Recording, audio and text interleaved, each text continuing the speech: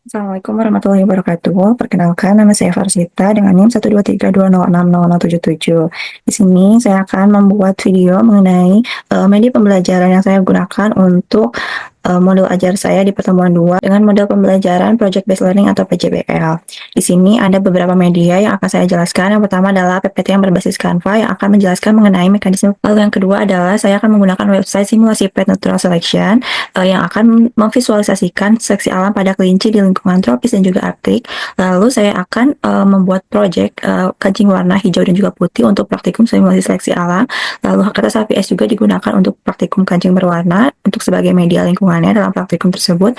Lalu ada juga LKPD yang berisi tabel pengamatan, grafik Batam, pernyataan analisis, lalu juga kesimpulan. Dan nanti di akhir akan ada asesmen sumatif menggunakan quizzes. Nah, yang pertama adalah media PPT berbasis Canva. Di sini untuk pertemuan 2 materinya adalah mekanisme seleksi alam. Untuk pertama, tidak lupa diberikan persepsi dulu, diberikan pertanyaan-pertanyaan pemantik agar siswa itu paham dan tergambarkan materi apa yang akan mereka pelajari, dan lalu untuk mengetahui sampai mana pengetahuan siswa sebelum pembelajaran dimulai atau ke materi intinya. Nah, di sini saya sama seperti di video sebelumnya di pertemuan pertama, saya memberikan beberapa gambar dan siswa di situ diajak untuk menganalisis, diajak untuk aktif berdiskusi di persepsi atau di pertanyaan pemantik ini. Di yang pertama itu ada 2 kecoa ya. Jadi ada kecoa yang di lantai atau di lantai berwarna putih dan juga kecoa di lantai berwarna coklat.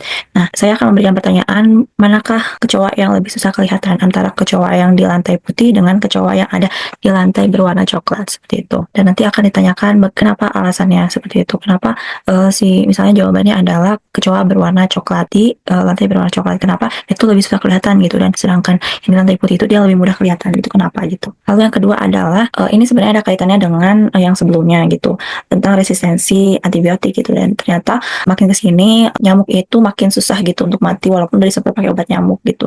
Dan siswa itu akan ditanya gitu, kenapa sih mereka tuh makin kebal gitu, apakah ada hubungannya dengan materi yang kemarin yaitu resistensi antibiotik gitu, dan apakah benar gitu nyamuk-nyamuk ini makin lama tuh makin bandel gitu, mereka tuh makin susah mati walaupun udah disemprot berkali-kali, kayak disemprot terus habis itu 1 jam kemudian mereka hidup lagi gitu, itu tidak mati. Nah, yang ketiga adalah perbandingan antara kucing liar dan juga kucing rumahan gitu, perbedaan dari lingkungannya, sikapnya gitu. Seperti kucing liar ini kalau misalnya walaupun belum didekati tapi dari ekspresinya dia sudah mulai waspada, sedangkan kucing rumahan dia walaupun didekati dia itu tetap tenang gitu. Nah, itu tuh apa gitu, kenapa? Nah, lalu di sini juga ada pertanyaan, adakah hewan yang bisa mengganti warna tubuhnya sesuai lingkungan dan buat apa? Di sini tidak akan memberitahu dulu jawabannya kepada siswa, namun mengajak mereka diskusi kira-kira hewan apa dan manfaatnya itu buat apa gitu. Nah, baru nih saya kasih contoh. Oh ya, ada ternyata itu namanya, ada contohnya bunglon dan juga gurita. Nah, namanya itu adalah mimikri atau kamuflase, seperti itu. Untuk apa? Ya, untuk mempertahankan diri dari lingkungannya, seperti itu. Dan saya juga memberikan foto dan juga video agar siswa itu lebih tergambarkan gitu. Nah, lalu masih ada lagi pertanyaan pemantiknya. Nah, kelinci warna apa yang akan lebih cepat dimangsa oleh elang? Di sini ada warna putih dan warna coklat. Kira-kira si elang ini akan lebih cepat memangsa kelinci yang mana, yang putih atau yang coklat, seperti itu. Nah, ada pun pertanyaan yang harus dijawab pada pertemuan hari ini tentang mekanisme seleksi alam, yaitu apakah warna tubuh organisme itu benar-benar menentukan siapa yang bertahan hidup di lingkungannya, seperti itu. Dan juga di pertemuan kedua ini, di materi evolusi ini, tidak hanya akan belajar teori tapi juga akan membuktikannya secara langsung, seperti itu. Nah, adapun tujuan pembelajarannya di sini di pertemuan 2 ini mencantumkan 3 tujuan pembelajaran yang harus dicapai. Yang pertama itu adalah peserta didik dapat menjelaskan mekanisme seleksi alam setelah mengamati simulasi melalui webpad natural selection. Lalu peserta didik dapat menganalisis hubungan antara warna tubuh organisme dengan tingkat kelangsungan hidup di lingkungannya. Lalu peserta didik juga dapat menyimpulkan dan mengevaluasi bahwa seleksi alam itu merupakan mekanisme evolusi mikro yang diamati dalam waktu singkat, seperti itu. Lalu selanjutnya ini langsung mulai ke penjelasan materi, tapi secara singkat aja karena di sini tuh model pembelajaran itu kan PJBL, jadi lebih berfokus kepada project sehingga siswa akan lebih memahami setelah nanti mereka melakukan praktikum atau project baru materi, seperti itu. Nah, di sini dimulai dari apa itu seleksi alam, dari mulai pengertiannya dulu. Seleksi alam adalah proses di mana individu dengan sifat yang lebih sesuai dengan lingkungan akan cenderung bertahan hidup dan bereproduksi lebih banyak. Nah, adapun mekanisme seleksi alam itu ada 4 tahap. Yang pertama itu dari variasi, dari tekanan lingkungan, lalu jadi kelangsungan hidup dan juga bereproduksi. Jadi setiap individu di lingkungan di satu populasi itu pasti punya sifat yang berbeda. Nah, bagaimana tapi mereka di satu lingkungan yang berbeda itu pasti punya tekanan lingkungan yang entah itu dari predatornya, dari iklimnya maupun dari kompetisinya, sehingga sifat yang cocok dengan lingkungannya, dengan tekanan lingkungan itu dia dapat beradaptasi, maka dia akan selamat gitu. Sehingga organisme atau spesies yang sudah selamat ini atau individu yang selamat ini, maka mereka akan bereproduksi, akan kawin, bereproduksi dan mewariskan sifatnya ke keturunannya gitu. Nah, mekanisme seleksi alam ini akan terus berputar seperti ini. Makanya dibikin diagram berputar. Nah, adapun selanjutnya adalah faktor-faktor dari seleksi alam. Di sini ada 3 poin faktor seleksi alam. Yang pertama itu adalah variasi dalam populasi. Seperti yang sudah saya jelaskan sebelumnya, bahwa dalam suatu populasi pastinya individunya itu pasti bervariasi seperti itu. Kan, jadi variasi ini bisa dari mutasi, dari rekombinasi gen saat reproduksi seksual dan lain-lain. Adapun dari tekanan lingkungan ini juga penting banget.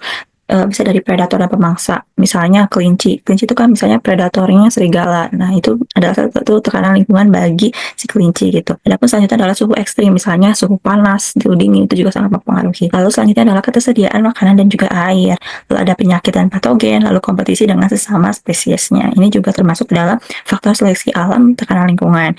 Lalu yang ketiga adalah sifat menguntungkan itu hanya bisa terwariskan jika individunya itu berhasil bereproduksi. Jadi bagaimana kemampuan reproduksi suatu individu itu akan menguntungkan dia dalam melewati seleksi alam gitu. Nah, selanjutnya itu adalah simulasi pet natural selection. Nah, di sini saya sudah membuka websitenya https://petcolorado.edu simulation natural selection. Silahkan kalau misalnya ada yang membuka websitenya juga, silahkan.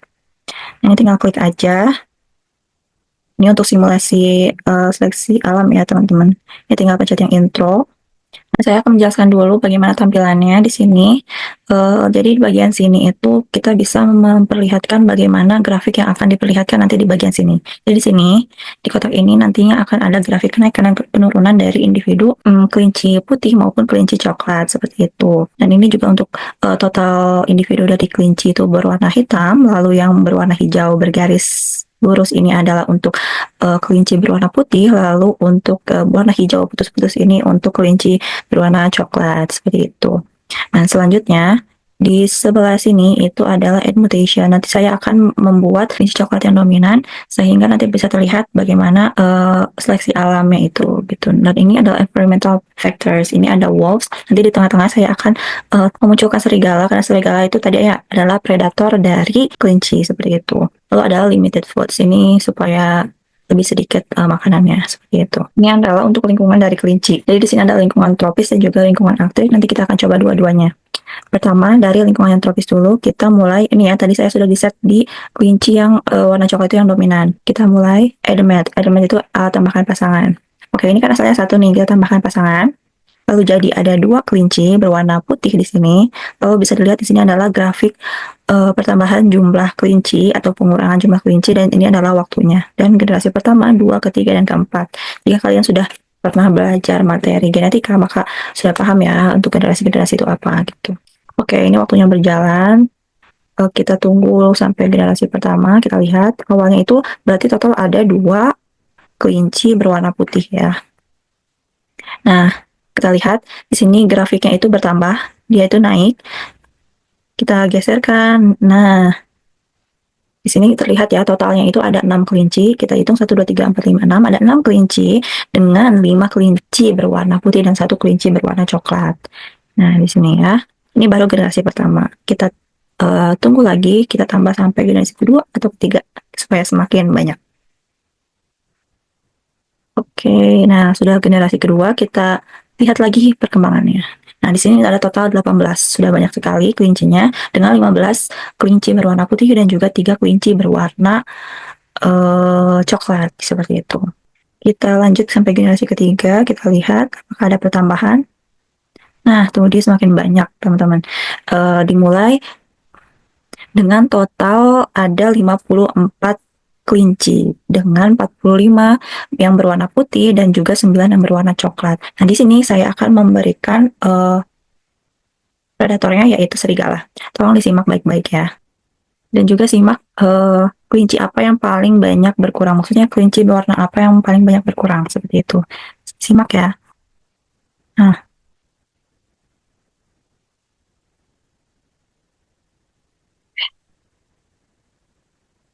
oke. Nah, dia tadi sampai generasi keempat dulu. Dia tuh naik tadi dari 162 individu total turun menjadi 35 individu saja gitu. Dan yang kelinci putih itu dari asalnya 132 individu menjadi 19 saja. Lalu kalau yang kelinci coklat itu yang asalnya 26 hanya tersisa 16 saja. Dan kalau diperhatikan yang paling banyak berkurang itu adalah kelinci berwarna putih gitu. Sedangkan kelinci yang berwarna coklat itu juga berkurang, banyak juga dimakan oleh serigala, tapi tidak sebanyak kelinci putih. Hal ini disebabkan karena kenapa kelinci putih lebih banyak dimangsa oleh predator yaitu oleh serigala, karena warna putih itu kan warnanya lebih kontras daripada lingkungannya. Kita lihat lingkungannya itu kan banyaknya warna coklat, warna hijau, sedangkan kalau di situ ada kelinci putih, maka warnanya itu lebih kontras dengan lingkungannya seperti itu.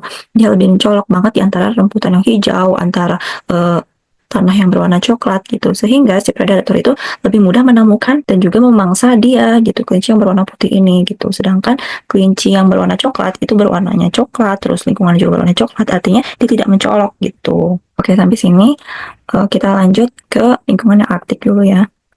Nah, sekarang lingkungan yang arktik artinya lingkungan yang berwarna dominan putih. Oke, kita setting sama kayak yang tadi ya.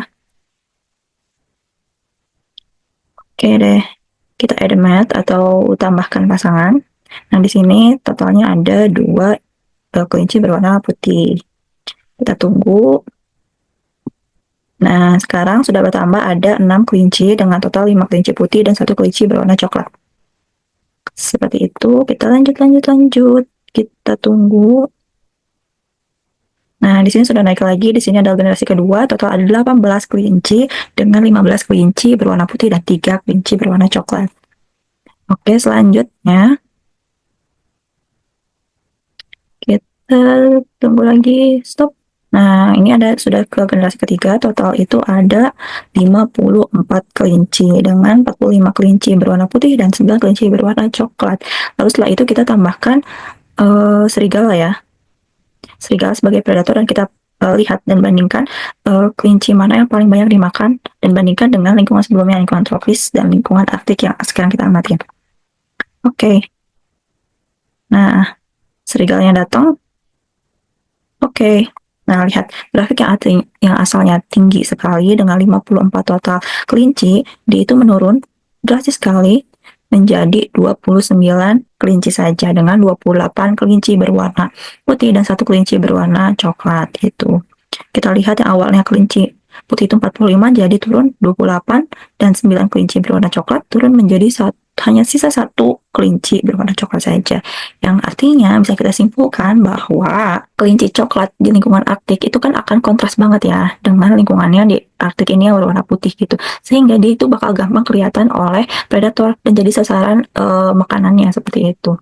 Jadi kalau kita bandingkan dengan lingkungan sebelumnya, lingkungan tropis, maka yang warnanya beda atau kontras dengan lingkungannya, maka akan gampang ketahuan gitu dan juga lebih sering dimangsa oleh predatornya gitu. Sedangkan yang warnanya mirip atau menyatu dengan lingkungannya, misalnya kayak kelinci coklat di lingkungan tropis, lalu kelinci putih yang ini nih di lingkungan arktik itu justru akan lebih aman dari predatornya karena dia bisa tersamarkan atau bisa kamuflase gitu, tersembunyi.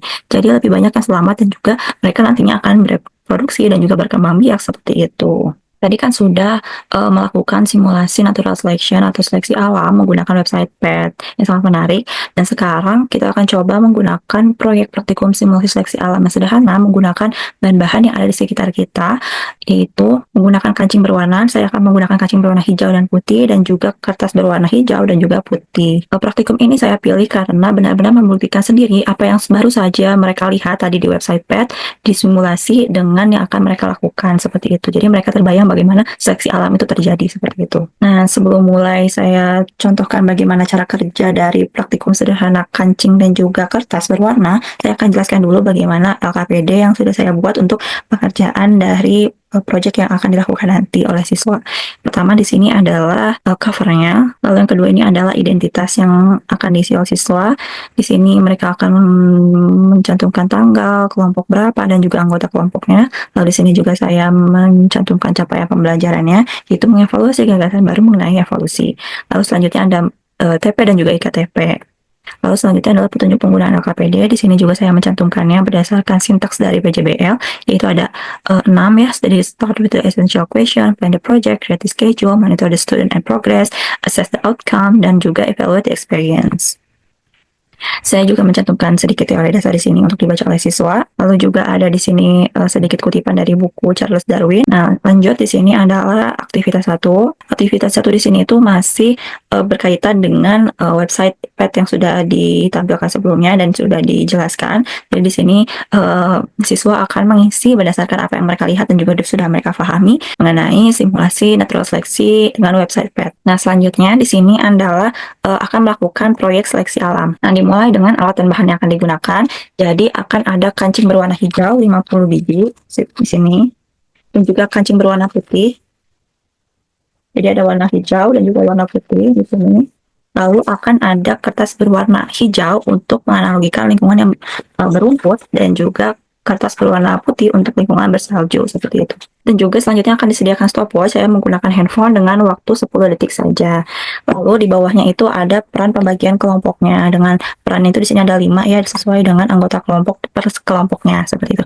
Ada yang kebagian menjadi pemangsa, pencatat waktu, pengamat 1, 2, dan juga koordinator. Berdasarkan tugasnya di sini pun saya cantumkan dengan mereka hanya perlu menuliskan nama anggota yang bertugas di peran tersebut. Nah, lalu di aktivitas 2 di sini ada langkah kerjanya. Jadi pertama itu tadi ya, siapkan dulu alat dan bahan, siapkan kancing hijau dan putih itu masing-masing 50 buah. Lalu dimulai dari percobaan pertama itu, jadi tebar campuran kancing itu di kertas warna putih dan hijau. Lalu pemangsa akan mengambil kancingnya itu selama 10 detik berapapun yang terlihat. Lalu hitung jumlah kancing yang terambil untuk setiap warna dan juga dicatat.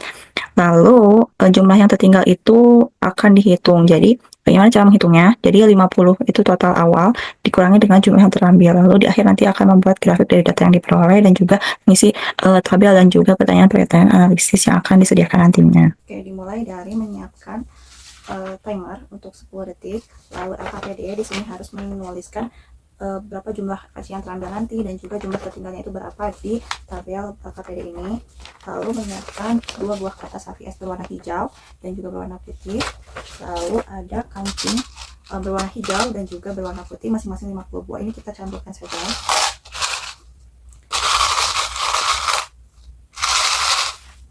Oke, kita mulai dari percobaan yang pertama, yaitu di lingkungan yang berwarna hijau terlebih dahulu. Nah, lalu kita tumpahkan kancing berwarna ini ke HVS berwarna hijau. Nah, kita ratakan. Kita mulai 1, 2, 3.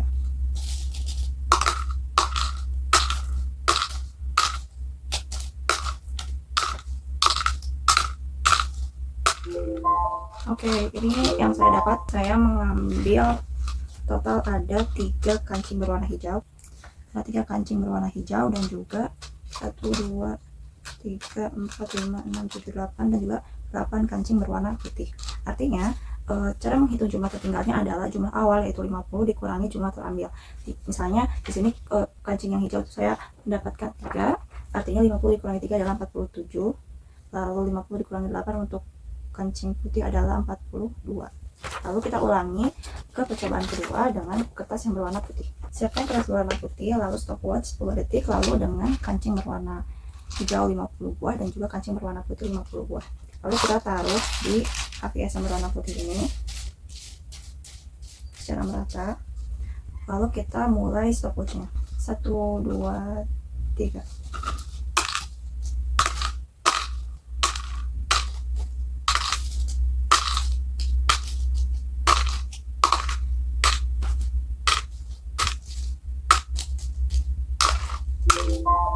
Oke. Nah, ini adalah yang terambil di lingkungan yang putih. Lalu selanjutnya kita catat di LKPD.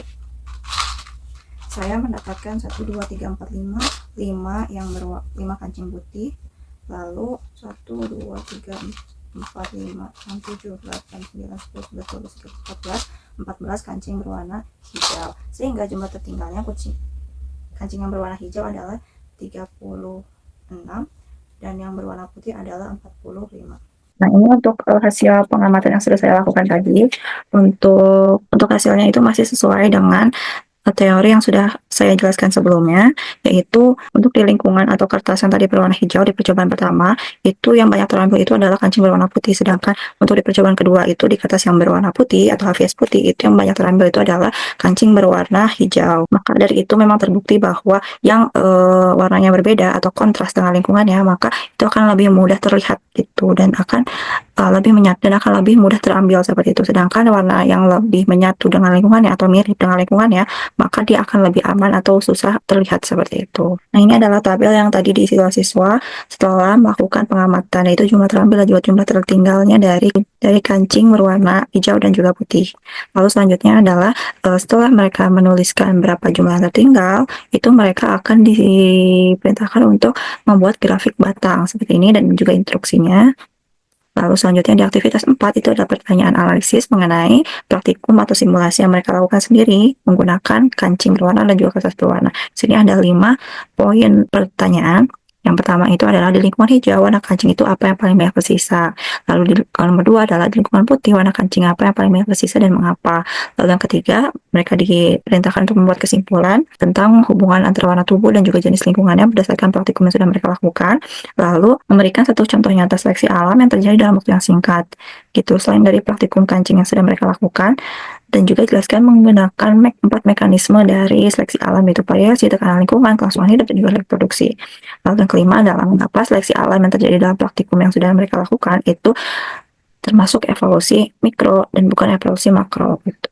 Jelaskan. Di sini ada total 5 pertanyaan analisis yang harus mereka kerjakan. Lalu selanjutnya di aktivitas 5 itu ada menyusun kesimpulan. Di sini ada 3 poin yang harus mereka buat kesimpulan. Lalu di aktivitas 6 itu adalah refleksi kelompok yang harus mereka lakukan. Nah, setelah selesai tadi mereka sudah mengerjakan LKPD, maka selanjutnya adalah kita kembali menjelaskan materinya secara singkat saja. Di sini juga saya mencantumkan contohnya seleksi alam di PowerPoint saya, yaitu ada ngengat piston betularia di Inggris dan juga bakteri kebal antibiotik di sini ya. Lalu selanjutnya adalah penjelasan bahwa seleksi alam itu termasuk evolusi mikro dikarenakan hanya terjadi dalam satu spesies gitu dan juga tidak menghasilkan spesies yang baru, lalu dapat diamati dalam waktu yang singkat dan juga dapat dibuka dengan data yang langsung gitu. Jadi praktikum kancing yang tadi dilakukan itu merupakan simulasi mini dari seleksi alam. Lalu kancing yang tersisa, misalnya kancing putih yang banyak tersisa di lingkungan yang berwarna putih atau kertas yang berwarna putih, artinya merupakan individu yang bertahan gitu, sedangkan frekuensi warna yang berubah itu merupakan evolusi mikro. Nah, seperti ini ya contoh dari analogi tadi praktikum kancing yang sudah dilakukan, bahwa kancing di lingkungan hijau, kancing yang hijau itu maka akan sudah terlihat dan juga lebih banyak terambil, sedangkan kancing yang putih itu akan lebih mudah terlihat sehingga lebih banyak terambil, maka kancing hijau itu akan lebih banyak tersisa. Dan di lingkungan yang putih itu kancing putih itu akan sulit terlihat sehingga lebih banyak tersisa, lalu kancing hijau itu akan mudah terlihat sehingga lebih banyak terambil. Nah, kancing putih maka akan lebih banyak tersisa di lingkungan yang putih gitu. Nah, juga dapat disimpulkan bahwa lingkungan itu menentukan arah seleksi alam. Sifat yang lebih menguntungkan di satu lingkungan itu bisa merugikan di lingkungan yang lainnya. Nah, di sini juga ada quizzes yang bisa para siswa kerjakan untuk di akhir pembelajaran sebagai asesmen sumatif. Di sini ada mencantumkan link dan juga barcode yang bisa mereka scan. Kita coba kerjakan. Nah, ini tinggal start. Di sini ada total 10 pertanyaan.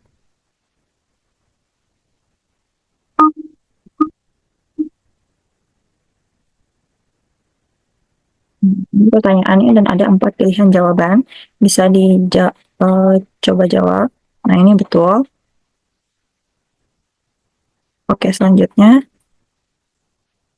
Nah, kalau kita mendapatkan jawaban yang salah, maka akan diberitahu jawaban mana yang betulnya, seperti itu. Maka dapat dari kesimpulan bahwa seleksi alam itu bekerja melalui 4 tahap, yaitu ada variasi, tekanan, lingkungan, kelangsungan hidup, dan juga reproduksi. Nah, dari praktikum yang tadi dilakukan bahwa terbukti bahwa warna tubuh itu akan menyerupai lingkungan, membuat organisme itu lebih sulit terdeteksi oleh predator, dan lingkungan lain menentukan arah seleksi alam, karena terjadi dalam satu spesies tanpa menghasilkan spesies baru. Terus seleksi alam ini termasuk ke dalam evolusi mikro yang bisa kita amati secara langsung.